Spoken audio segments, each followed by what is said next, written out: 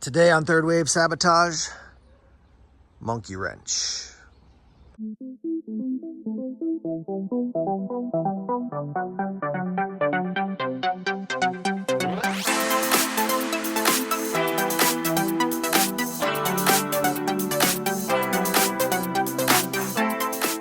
Let's talk Monkey Wrench. So Monkey Wrench is a Dreadnok. Obviously you have your original three, Buzzer, Ripper, and Torch, and Zartan leading the group in 1986. We have a bunch more of them join.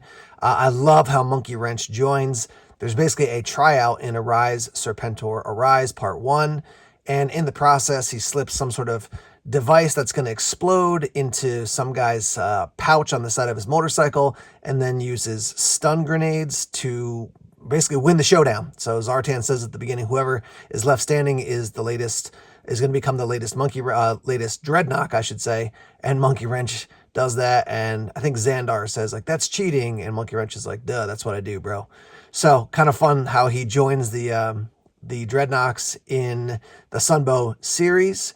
His expertise is, despite his name Monkey Wrench, it's not about him working on vehicles and stuff. It's actually in explosives, which makes sense when you see the 5 grenades that are across his chest. He does hail from North Wales, which is interesting because you have to read the file card to see he ends up in Australia, and that's where he gets connected to the Dreadnoks because they have Australian roots. So if you're not familiar with an Australian versus an English accent, sometimes you're going to hear them and be like, oh yeah, it sounds the same. But they are different. He's from North Wales, and the Dreadnoks originated down in Australia, according to most of the lore. Funny thing about this Monkey Wrench is that I was bidding on some other G.I. Joe stuff online in one of the Facebook groups, and I actually bid on this one.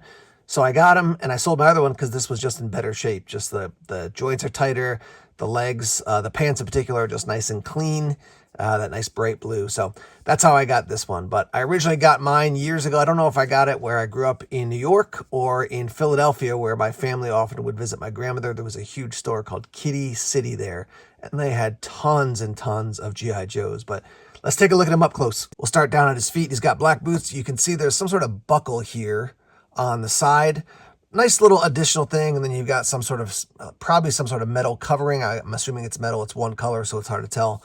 Over the top of the foot there. He's got these 2 bandanas around his I guess upper shin below his knee, and adds a little pop of color. It is interesting that these bandanas and the jacket are 2 different colors. This one definitely has a bit more of an orange tone, and his jacket definitely, or his vest, has more of a burgundy tone.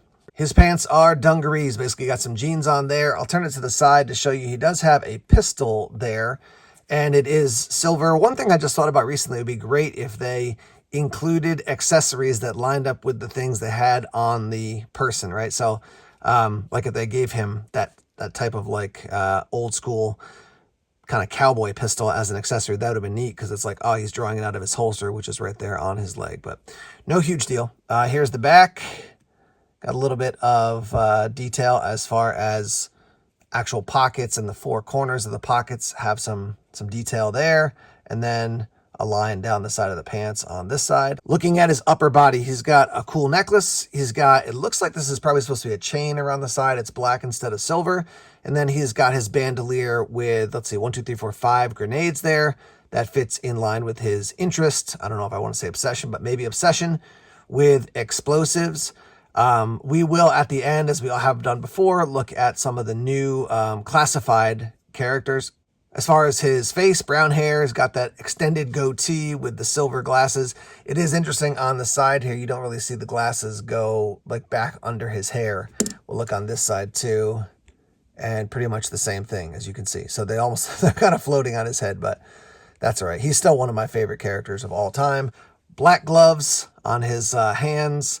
And then let's talk about his weapon here. As you can see, I find this to be one of the challenges with the weapon, is that when you try to get it under his arm, it's going to bend a little, which happened with a lot of the weapons just based on the articulation. But you can put it over the top of his shoulder if you want, but it just looks a little wonky that way. So what we have here is a trident gun. I will note that on the artwork on the actual figure, these 3 points are actually notably more pointed. Obviously, you can't make them super pointy because it's a kid's toy, but that was just something that stood out to me.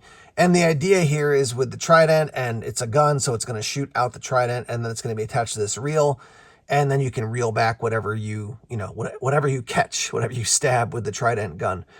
For me, as I thought about it, I viewed this as a melee weapon as well. So you could get up close and attack somebody with that, and then if they were at distance, you could shoot it. I think having Monkey Wrench have an M203 would have been awesome, something like what Hardball has, because just his interest in explosives, or give him a bunch of handheld detonation devices he can leave around, and then give him a pistol. But this is the direction they went. I still think it's a cool tool, and a lot of the Dreadnoks have unique things. Like Zanzibar's got that pike, and then he's got a hammer, and then he has a pistol. Jaws of Life, blowtorch, chainsaw. There's just a lot of unique items that these guys have. So it is worth noting that Xandar is considered an expert in silent weapons. So that makes sense. He has like his arrow gun, whereas Monkey Wrench is going to make things explode. So I think a different weapon would have been cool, but I still think this thing is a neat weapon. Here's something I did for my Monkey Wrench when I first got back into Joe's maybe 3 or 4 years ago. I saw this online, and basically everything you see in lime green is an added-on accessory for a stun. I had the shell of a stun. These are all 3D printed, not super strong, but strong enough. And one of the kind of deals was that the guy on Etsy who made it was like, yeah, Thrasher's got his own vehicle. Monkey Wrench wasn't going to be outdone, so he basically re-engineered a lot of the parts of the stun, and now we have the Dreadnok stun. So I think it's kind of cool. I think of this as his vehicle in my head canon, and in future videos and such, you'll probably see some shots of this. We'll talk about it up in more detail. But I just think it's cool. Just outside the box, when I was first getting back into stuff, I was like, oh my gosh, people are printing 3D items. You basically take out all the old stun parts that were red and replace them with this lime green version for Monkey Wrench's stun. Now, I'll give you my take on his file card as I read through it here. So, codename Monkey Wrench, he's a Dreadnok. File name Bill Winky, birthplace Ryle, North Wales. So it says Monkey Wrench was born in Ryle, North Wales, where he built explosive devices indiscriminately for a group of obscure terrorists. So early on, he's interested in explosives, obviously. Having made himself a pariah in his hometown by the age of 16, drifted into London's East End to take part of a new wave movement where he developed rudeness and crude antisocial behavior to levels unheard of in the Western Hemisphere. A bit extreme there. Never heard of that level of crudeness. Okay. Eventually, his wanderings were brought him to Australia, where he joined up with the Dreadnoks. Again, that's a cool lore to have that way. It says down below, Monkey Wrench was born on Guy Fawkes Day, which in Britain commemorates the foiling of the gunpowder plot to blow up the Houses of Parliament. The villain Guy Fawkes is hanged in effigy amidst the continuous detonation of fireworks. Could this explain Monkey Wrench's preoccupation with explosives and loud noises? His record collection is limited to the 1812 Overture, the Anvil Chorus, and Wipeout. I do really like the Guy Fawkes Day thing. I think that's really cool. Again, imagine you were born on July 4th, where they're having, in the States here, where they're having explosions from fireworks. Kind of a unique take on that. And then I do like his 3 songs. I really like the 1812 Overture.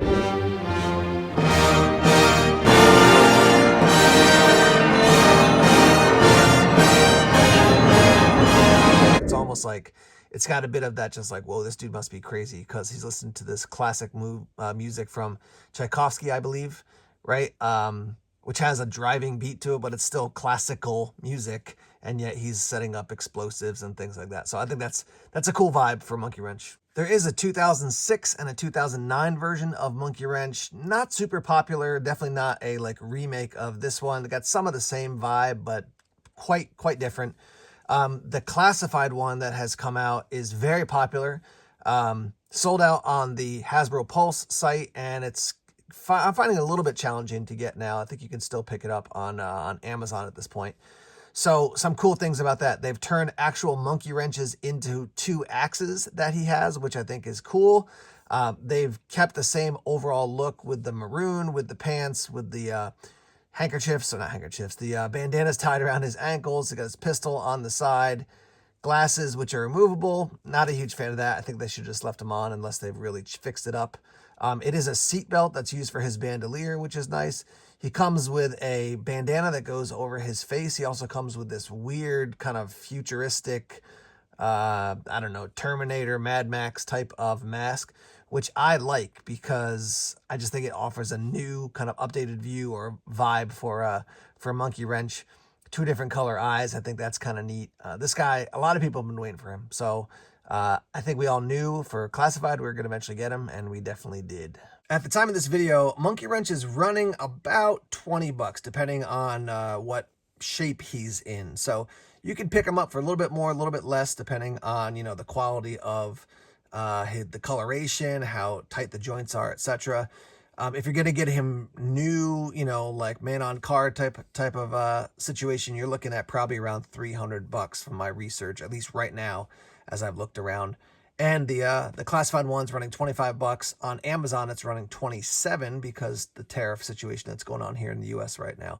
But not terribly expensive if you want to pick up Monkey Wrench and add him to your Dreadnok team. Little factoid about Monkey Wrench here. Scared of spiders. We learned that in Arise Serpentor Arise when he's in one of the dungeons doing some work with the Cobra team. He admits he does not like spiders. So random fact about him.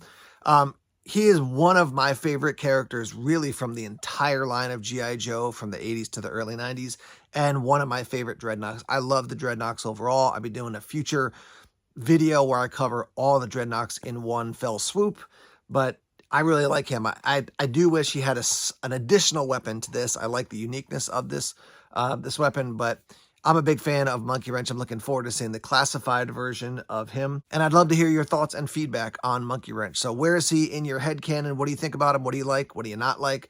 Leave some comments. We have some more videos right here, and stay tuned. We have future reviews. We have future stories. Check out our shorts as well on YouTube because we've got little clips of different gear and different images of G.I. Joes. Thanks for checking out Third Wave Sabotage.